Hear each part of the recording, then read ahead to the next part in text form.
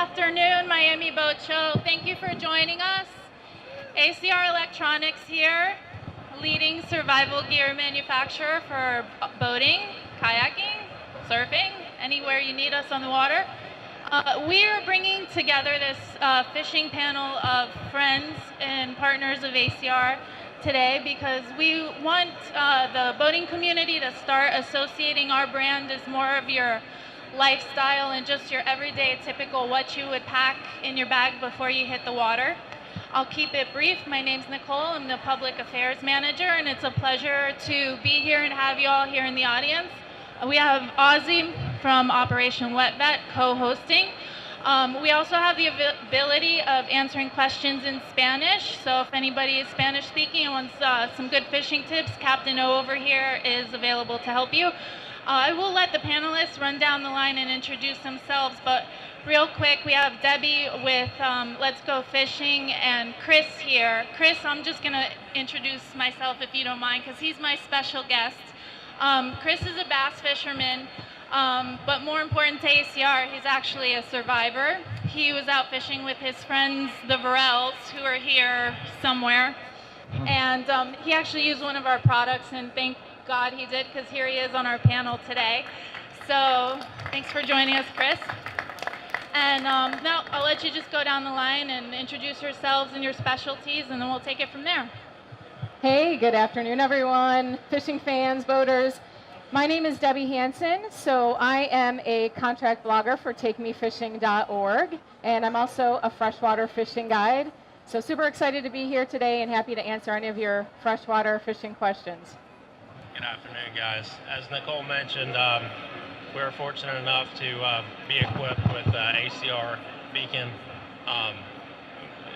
Truly, honestly, we would not be here today without it. Just thankful for everybody for having us out here. Great platform to introduce the product to you guys that don't know about it. Thank you again. Good afternoon, everybody. I am Captain Mark Henderson with the Liquid Fire Fishing Team from Swansboro, North Carolina. And our specialty with my family, my wife Audrey, my sons Crockett and Joshua, and my brother-in-law Chris Waters, we fished the king mackerel circuits and some billfish events for many years, since 2004. Very, very thankful and proud to be a partner with ACR since I think it's been 2011. So the excitement and the appreciation of having an EPIRB and the PLBs on our boats and the safety factor of what we do, because many times earlier this year we were offshore 95 miles, had an issue, and it was very, very comforting to know that we had those safety devices with us. And it's a much longer story, but I'm not a survivor because we didn't have to set it off, but it sure was nice to know that we had it just in case. So look forward to answering any questions that you may have and being with you for this next hour. Hello, everyone. My name is Captain Orlando Muniz, and I run Nomad Fishing Charters right here out of South Florida. I'm actually located down in Coconut Grove, which is just a stone throws away from here. As a charter boat captain, we have a lot of specialties. Sometimes people ask me what my specialty is. It really depends on the season. During the winter time, we spend a lot of time live bait kite fishing for sailfish. We also catch all the other popular species, kingfish, mahi, you name it. During the summer, it's mostly bottom fishing, so we do a lot of bottom fishing. That could be anything from reef fishing for things like yellowtail snapper and mangrove snappers, to catching grouper, amberjack, and mutton snappers on the deeper wrecks. I'll be answering any questions. If anybody's got a question in Spanish, I do speak Spanish. Si tienen alguna pregunta en español, con mucho gusto se la puedo contestar. Thank you all for coming out. All right. I think the panelists might want to get us started with maybe Debbie here. Before you actually go fishing, you have some tips for us on getting your lines ready and everything? Sure, absolutely. So I did bring with me today just a few of my favorite fishing lures that I like to use in Southwest Florida, where I'm from. I'm sure many of you are probably from the Miami area, and obviously there's all kinds of great fishing opportunities, both from land and from a boat in the Miami area, both freshwater and saltwater. The baits that I have here are freshwater baits since I'm a freshwater fishing guide. But just to run through a few of my basics and my favorites, I love to fish soft plastic Senkos. So these are actually great if you're not fishing in an area where there's a lot of current or in a situation where there's a lot of wind. You can rig these weightless, and the fluttering motion that they make in the water column when they start to fall is just, the bass love it. I mean, they just go crazy for it. So my favorite colors are like sort of this June bug type color, and then this is like a watermelon with red fleck. These are two of my all-time faves. And then this time of year, obviously, we're in prime bass fishing season. The bass are spawning. You've got an opportunity to get some really nice big fish, possibly a trophy fish depending on where you're fishing. And a lot of them are feeding very aggressively since they're getting ready for spawning. So you can also break out the spinner baits, which of course are a larger profile lure, lots of flash. If you're fishing in an area where the water is murkier or cloudy, these blades give off that flash, and that also will attract those fish. Here specifically, if you're fishing in the Miami area, I know like one of the places that you can go is like the Cutler Drain Canal. I think it's the C100 canal, but there's lots of different places. If you go to takemefishing.org, they've got a wonderful places to boat and fish map right on the homepage of their website. So just a few tips on lures and how you can get started with finding the right place. Thank you, That's Debbie. it. You bet. Did anyone in the audience have a question for Debbie? Bring the mic out to you. No? All right. Come on, guys. This is a participative, interactive event. Don't be shy. Don't be shy, especially the ladies. Now's our time to learn some free fishing information. We got to get more women out there on the water, for sure. We do. Mark, you want to jump in? So the cool thing about what we've done, again, I fished all my life. Started a lot like Debbie in freshwater. My dad spent a lot of time with me on the water, and meant a lot to me in my life. And wow. Sorry about that, y'all. Can we go to something else? No, that's... I'm good. So, long and short of it, I've grown and had 3 children of my own, and the opportunity to spend time with them out on the water started in 2002 when we moved to the coast of North Carolina. And, our fishing started with us fishing from the surf and me taking my children out and literally surf fishing, and then it moved to the piers, and then we started king mackerel fishing from the end of the pier and catching everything from tarpons to sharks, and and it was an exciting thing. In 2004, I had a good friend of mine who I worked with. He bought a boat, bought a 23-foot single-engine 200 Sea Pro, and asked me to fish a king mackerel tournament with him. It was 6 people on that little 23-foot boat, so we should have had an E-permit at that time, but unfortunately we weren't smart enough to do that. So long and short of it, we qualified for the Nationals in the Southern Kingfish Association and made a long trip to Biloxi. And our first event, first day we ever ran in Biloxi, the weather was so bad, was the first day of actual fishing in the tournament, and we had no idea where we were going, but we ran 110 miles one way in a 23-foot boat, single engine, 200 Johnson powered boat, 110 miles all the way to the West Delta from Biloxi, Mississippi and back. But I tell you that because the opportunity, I see a lot of young people out here, a lot of children out here.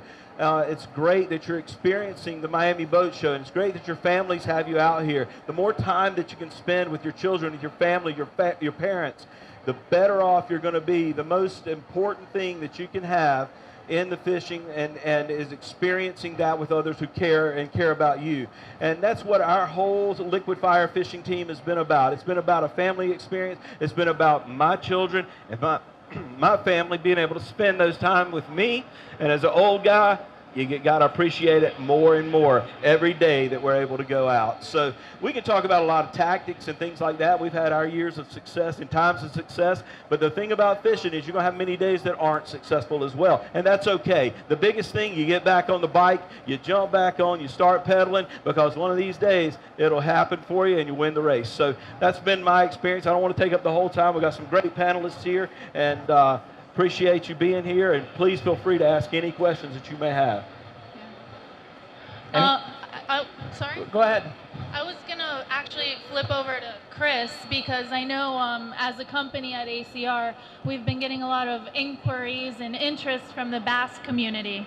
And I know we're at a saltwater-ish show here, but still is Florida, and there's probably a lot of freshwater fishermen and so forth, and that is Chris's specialty. Do you want to start in with? Absolutely. So I spend the most of my time on the freshwater, and honestly, before this situation, I never even thought about it. I've heard of the EPIRB, heard of a beacon before, but never really thought of it as a practical application for the freshwater environment. But you know, now that I see things, unfortunately, we had a tragedy on Lake Okeechobee during a large freshwater tournament, bass tournament. Applications are endless, really, guys. Whether it's even on the water, out in the woods, ATV, kayaking, in the mountains, you know, the technology's there. The technology's there to save lives, and it truly does work. And then on the fun side and the fishing side and best catches and just things that you make sure you always do when you're out on the water as far as getting your best catch. And Debbie may jump in there, I'm just warning you, because I think she's caught some bass herself. Biggest tip of advice there is check your line, check your knots. I think we've all lost good fish because of bad line. Would definitely agree with that, for sure. And the safety factor. It's so important, you guys, just to think in advance about getting your safety gear ready. And it doesn't matter if you're fishing from shore, if you're fishing from a boat. I mean, a lot of times I like to think I'm this empowered woman, but you still need to be smart. You still need to go out there and make sure that you've got, you know, if you're kayaking, even if you're in shallow water, you need to be prepared. You should have a PFD on at all times, a way of getting in touch with emergency personnel should you need that. You know, we live in Florida. A number of things can happen, and you always want to be prepared. So that's for sure. Orlando and I were just talking right before we started the event here about, you know, we'll spend all kinds of money. There's all kinds of money being spent today through all kinds of cool products that we see and stuff that's fun and exciting, and, you know, and it's got a lot of sizzle, right? You know, PLBs and EPIRBs might not have lots of sizzle, but I can promise you they've got the impact. And, you know, and that's something that if you'll do yourself a favor, make sure you stay safe, and make sure, we're talking about checking knots and being prepared. That is the key to fishing. All fishing is being prepared and making sure you're not lazy on the water. Because I tell you spend a lot of money. Why be lazy during that time? You know, you got a day to go, so take your time, make sure you're prepared, be prepared with your safety items, and when it comes to fishing, you know, making sure that everything's been looked at, your line, you know, like I said, swivels, whatever you would, saltwater, freshwater, whatever you might be your preference. But preparation is key to any sort of success in fishing. Yeah, and I think I'll piggyback on that. With any type of fishing, everything starts with preparation. You can't, even if you're going fishing, it doesn't matter whether you're going to go out with the family for a fun day of fishing, or in my case on a charter, or if you're tournament fishing, everything starts with preparation. Part of that preparation, making sure the boat is in top shape, everything's ready to go, and your safety gear is, you know, everything's in order. Nothing can ruin a day of fishing faster than have some kind of either boat failure, or if things come to, you know, if you get a worst case scenario, not have all your safety equipment in check. Especially down here in South Florida, where the weather can change in minutes. You can go from a bluebird day to a real nasty thunderstorm in seconds, and the wind could go from 10 knots to 40 knots, like so. So you always hear about all these cases, people getting hurt or having accidents or mayday calls. Sometimes it's just mayday calls, but you know somebody's out there and they're having a rough time. And maybe a little preparation could have avoided that.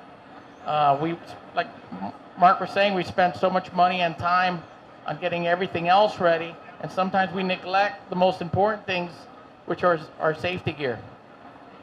Agreed, 100%. Any questions?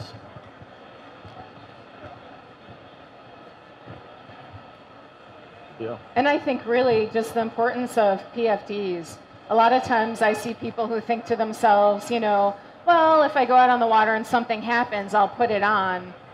The bottom line is, you never know when that rough weather could unexpectedly pop up and, you're getting jostled around in the boat a little bit more than you'd like. So Yeah, it doesn't take long to have an accident, that's for sure. and I think a lot of people don't realize. We got a question. Oh, awesome. Where do you guys recommend to keep your EPIRB? That's the question we got. Where do you guys keep your EPIRB at? Me personally, we have a ditch bag that we carry, so it's available to us at all times at arm's length.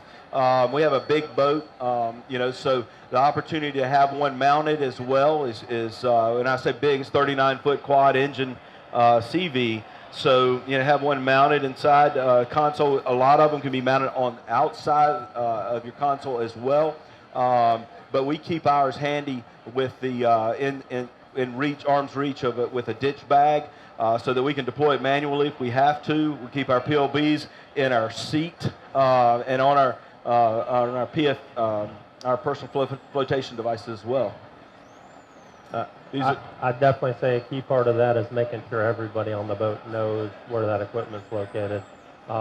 Personal flotation devices, you get to wear them. Throw cushions, fire extinguishers, obviously the EPIRB or the beacons. Make sure that everybody knows where they're at all times. I think a lot of people have this idea in their head that if they actually do the safety check, they're going to get ticketed.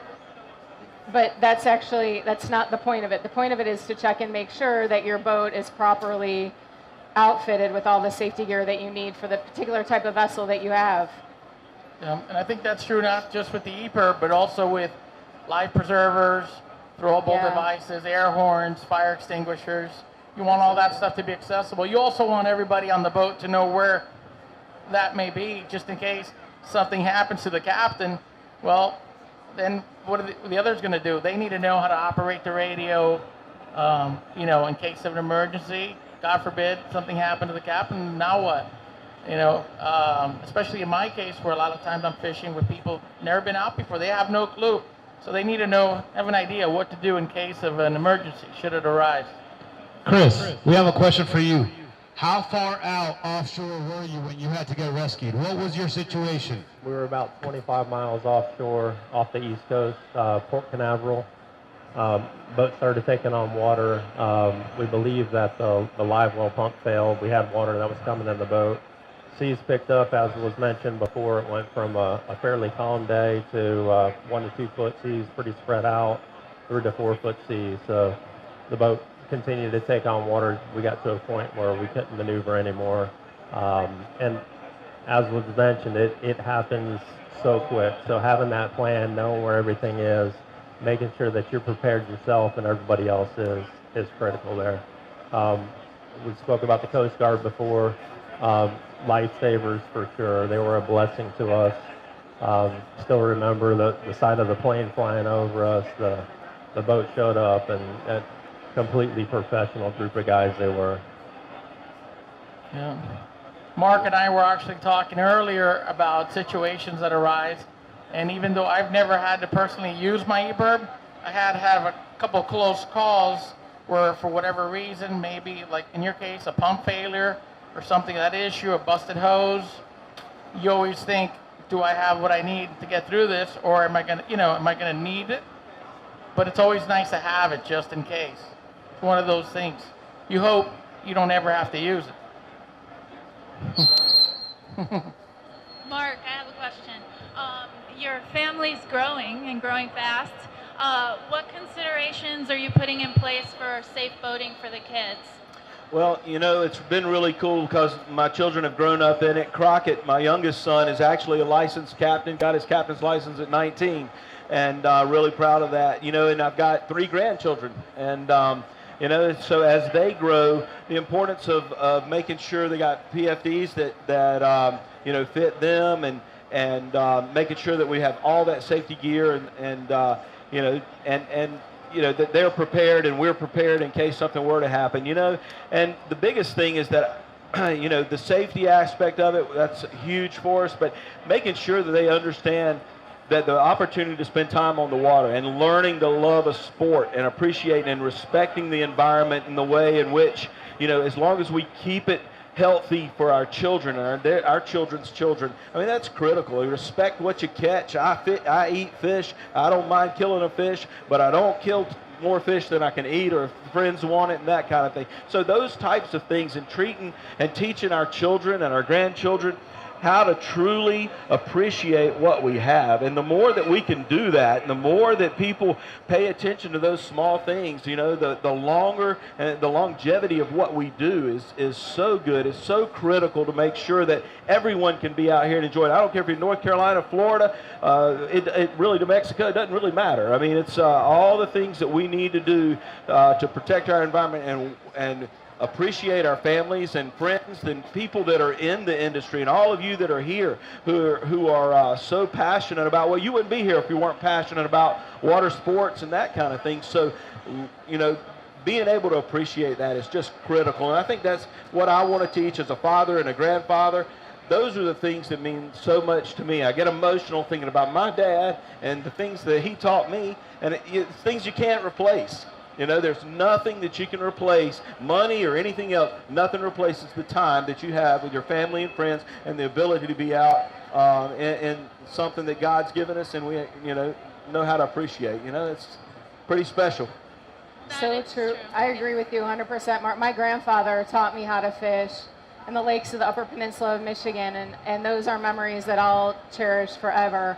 And, you know, at the industry breakfast yesterday, I heard a stunning statistic, and that statistic was that 62% of kids have not been involved in one outdoor activity, and that's data from the year 2014. And to me, that's just, it's jaw-dropping.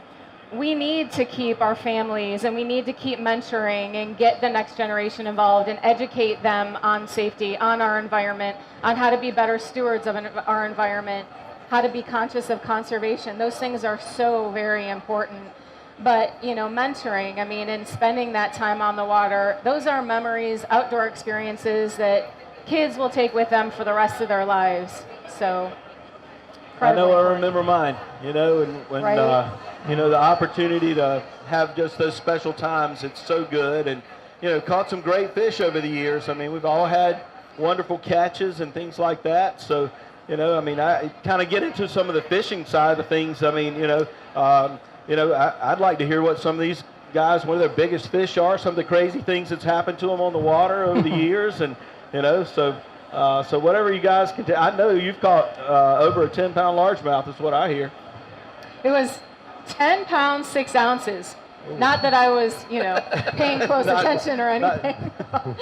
Yeah, I mean, that was a super exciting experience. But I have to say that, you know, the whole time I was thinking about my grandfather and all those memories. So yeah, you'd never had that experience if he hadn't have taken you. You know, there's a lot of people fish all their life that never even come close to catching a 10-pound largemouth bass. No, and I think, you know, now in today's digital age, we're so connected to our electronic devices, and our families need that bonding time on the water. We need that time to decompress, to just, you know, spend time together and remember what it was like to actually socialize and have fun and learn new skills and techniques out there on the water. I mean, I don't know about you guys, but I think one of the greatest things about our sport is that no matter how much you think you know, I bet every day you guys go out on the water, you learn something new.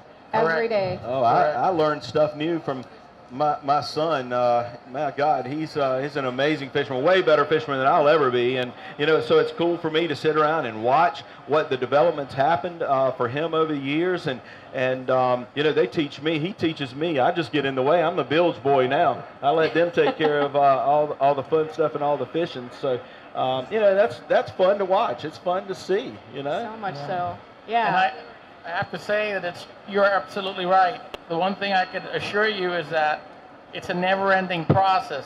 Yeah. From the time I started fishing as a young boy growing up here, things have changed so much. And even after I got involved in offshore sport fishing, which we're going back probably close to 30 years now, the developments of just a lot of things have changed, from the way we fish to the techniques we use and how we do it.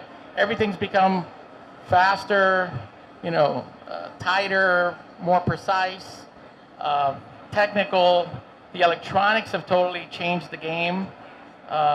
You can do things now you can even imagine doing earlier. So there has been a lot of advances and a lot of changes, but the one thing that has been constant is that you constantly have to evolve with the sport. You can't just say, I know all I need to know and I'm done. That's one of the beauties of it, is that it's a lifelong thing. And the beauty of it is that you're never, ever finished. You never fully master it.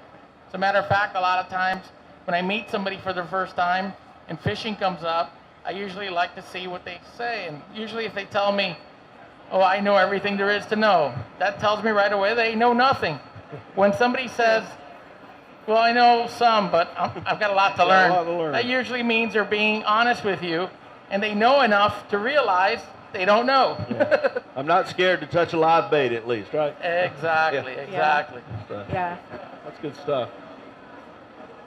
So, Chris, in your world, man, tell us some good stuff about big fish you've caught. Well, probably the highlight of my fishing right now is much like you. My son is very involved on the bass scene. He's currently fishing. He's fishing a tournament right now for high school bass. So we've traveled all over the state. Fortunately, we've been up to Alabama for the World's National Finals for high school fishing. So a lot of good things there. Personally, I still get to fish a little bit myself. Not as much as I've been able to, but my personal best is a 12.5-pound bass. Oh, man. Nice. Nice. You smoked me. We got a question over here. Very interesting question. So I know we have an AIS link available, and I believe this question will fall in line with it. What's your question? Hi, hopefully this is maybe a lighthearted question. You talked about family and friends going out on the water. Well, dogs are a really big part of the family and friend traveling pack, so to say. Sure. Do you have any recommendations for introducing a dog for the first time on the boat? Or are there devices or? Any devices, or how to introduce the dog into the first time going on the boat? You know, that's a good question. It's one that I need to learn. I'm not familiar with that. However, if it's part of your family, then I treat them just like a kid. You know, find a PFD that fits them as well. I mean, you know, you're talking about if you're out offshore, I mean, they need protection as well. And certainly, you know, if that's important to you, if that you know, dog is important to you, I would treat it just exactly like I would one of my children. And you know, I mean, I think that's critical for you to feel comfortable as well. That's the biggest. If you feel comfortable, and you're going to have a better time if you know that loved one is out there with you and they're being taken care of, and you've done everything that you can to take care of them. By all means, you're going to have more time on the water, whether you're fishing, life rafting, sunbathing, whatever it may be, and it'll be a whole lot more of a pleasurable experience for you. You're welcome. All right, we got another question. Okay. All right. How you doing? I guess I have an old EPIRB, and I'm wondering, how do I reservice it? How do I recertify it? That's a great question, and I know it's one Nicole can answer. I know that is possible because I had an old one, had a battery replaced in it as well, and if I'm not mistaken, it can be recertified, right? Yes, it can. If you want to, it can. You may want to consider just moving on to a new beacon at this. Well, honestly, I'm sorry. Yeah. Right now we've got EPIRBs that are under $400 during the show, and they've got a 10-year battery. I'm guessing your battery is only 5 years, 4 years, yeah. So when you do all the math, you might as well make the jump. And And he does have a raffle ticket, so he might walk away with a new one today. You might win one if you got a raffle ticket. Anyone who doesn't have one yet can grab one. We're raffling away ACR and ocean signal beacons. We also have giveaways from Universo Marino, which is one of the few or only really Spanish fishing radio shows and magazines. And Captain O over here is actually an editor for the magazine and does the radio show. You're a frequent guest, right? A regular, so to speak? Us guest. Guest, yeah. But they've become so much more affordable. I mean, that's over the last 10 years. I mean, ACR's done a great job of making them affordable to, the recreational fisherman and boater. We got another question over here. How did the Kingfish Cup weekend go? All right, hold on. Kingfish question right here, right. Kingfish Cup championship weekend, problems you had in winning the championship. Well, I'm sorry, what was the last part of it? The problems you had in winning the championship. The problems that we experienced in the championship and the Kingfish Cup? Yeah, we had the Kingfish Cup for this young man. We won the what's called the Kingfish Cup. It's a big event out of North Carolina. Won about $100,000 in this event in November. And we experienced an issue. What started this, and I alluded to this when we first started, I was 95 miles offshore and had two mounting bolts on the top. I've run a 39 CV with quad Mercury 350s, so the two top mounting bolts somehow got loose and sheared off. So one of the motors, an 800-pound motor almost, well, 680, came off, leaned off of the transom and fell down about 4 inches. So it really kind of ended our fishing day because getting back, and we were in it started off at about 5 to 6, and so we had to start heading back inshore with the motor trimmed up, cinched off and tied off to midship. So at 6 knots, even though we have all this horsepower, this motor's sitting back there bouncing, and so we couldn't go very fast. And as the night rolled on, it was 11 o'clock at night, pitch black, and it's 10-foot seas coming over the T-top. So that kind of predicated into the next weekend was the Kingfish Cup Championship, and I had to we had to borrow a boat because we were getting the motor issue taken care of. So that's kind of how that led up to that. And then the Kingfish Cup was horrible weather. North Carolina is known for being difficult at times if you're a fisher person, and so fortunately the tournaments were postponed days, and then long and short of it, we fished on Sunday in a borrowed boat, and it was rough, and we fished 4 spots before we finally found the right fish. Now, it wasn't the biggest fish in the ocean, but there were the two biggest fish in the event, and it was an exciting time. It was a nail biter because we didn't hear of many other fish being caught, so we weren't really sure where we were, but we were the third from the last boat to weigh in that day, and it's a pretty prominent event in our area, specified to certain, qualifications and that kind of thing. And so we caught a 24.35 and a 35.9, and it's a little over 60 pounds, and won us almost $100,000. So it was pretty exciting. It was a pretty exciting time, and we've had our share, like I said before, we've had our share of success over the years, but we've also had our share of failures. But we always go, even though you get frustrated. I hope that answered your question. I wonder if Debbie can share with us a little bit. Her and I just had a nice lunch where we were talking about how the fishing and boating community is becoming a lot more female, and how our perspective of getting ready for fishing and what we do is different, and talk about some of the outreach and that fun event you went to the other night, and how women are making fishing and the sport our own. Yeah, definitely. So I think, obviously women are one of the fastest growing demographics in our industry. More women are getting out there. They're getting out there on their own. They're striving to learn more about the sport. That's what I was just talking to Nicole about, an event that I went to with the Nature Coast Lady Anglers. They're up in the Ocala area, and they did a really fun, neat educational event called Hook, Wine, and Sinker. So they had it at one of the ladies' homes. They had 3 stations set up where they learned a terminal knot, a line-to-line knot, and then an arbor knot to connect their line to their reel. So they knew, the 3 key knots that you need to know to be able to set up your own gear. They had a blast, learning and socializing. And I think really, the key to getting more women involved and keeping them involved is to give them more support, and also to keep providing them with educational opportunities and help them see themselves outdoors participating in these activities.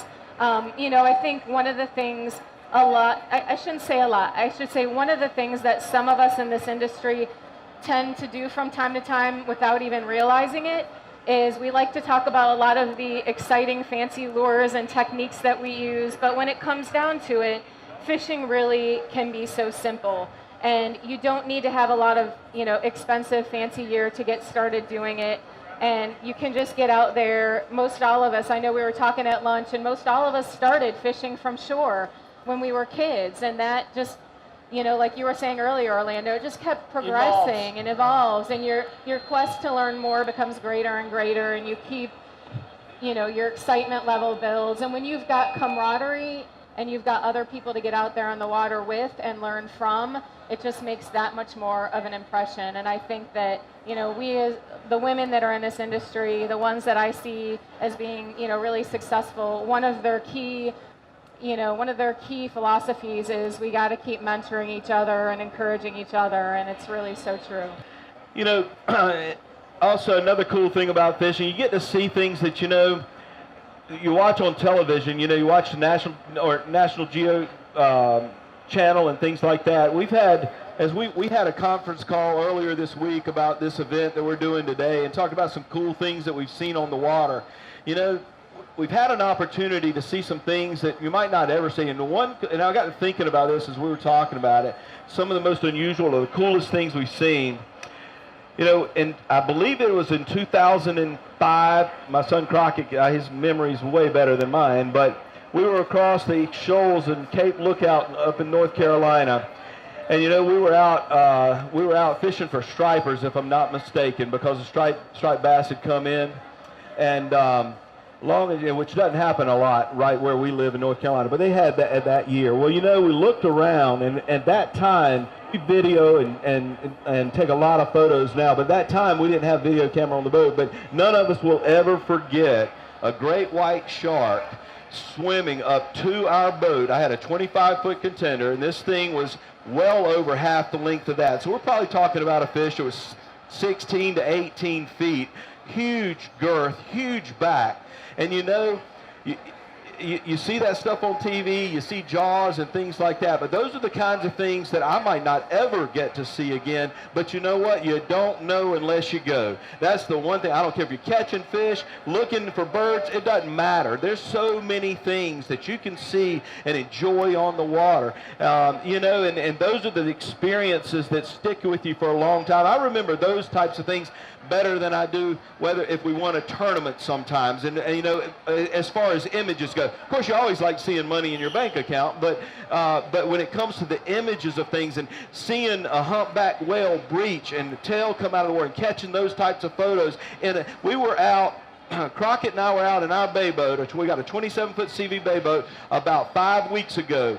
We were in 20 feet of water, and I did a live Instagram feed that had a humpback whale in less than 20 feet of water off the coast of North Carolina. Wow. And that's something that you just can't buy. And it's one of those things that's so fun and so exciting.